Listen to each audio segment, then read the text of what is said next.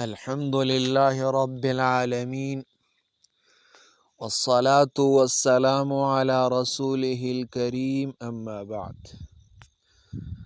آج کے دن ہم دو فریقین، فریق اول اور فریق دوم، اللہ تعالی کی رضا اور باہمی افہام اور تفہیم کے تحت ایک دوسرے کے ساتھ صلح پر متفق ہوئے ہیں۔ دونوں فریقین اس بات کا اظہار کرتے ہیں کہ وہ گزشتہ اختلافات، جھگڑوں یا بدگمانیوں کو دل سے معاف کرتے ہیں اور آئندہ کے لیے اخلاص، محبت، بھائی چارے اور خیر کے جذبے کے ساتھ ایک دوسرے کے ساتھ زندگی گزارنے یا معاملات دینے کا ارادہ رکھتے ہیں۔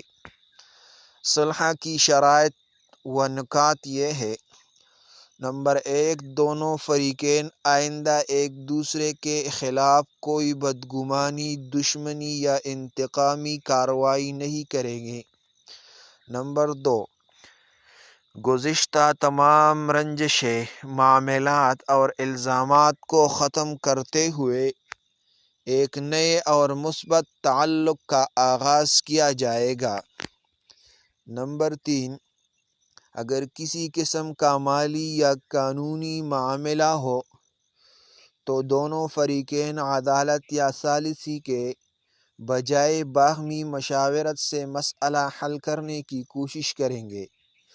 نمبر 4، صلح کے اس معاہدے کے پاسداری کرنا شرعی، اخلاقی اور سماجی ذمہ داری سمجھی جائے گی۔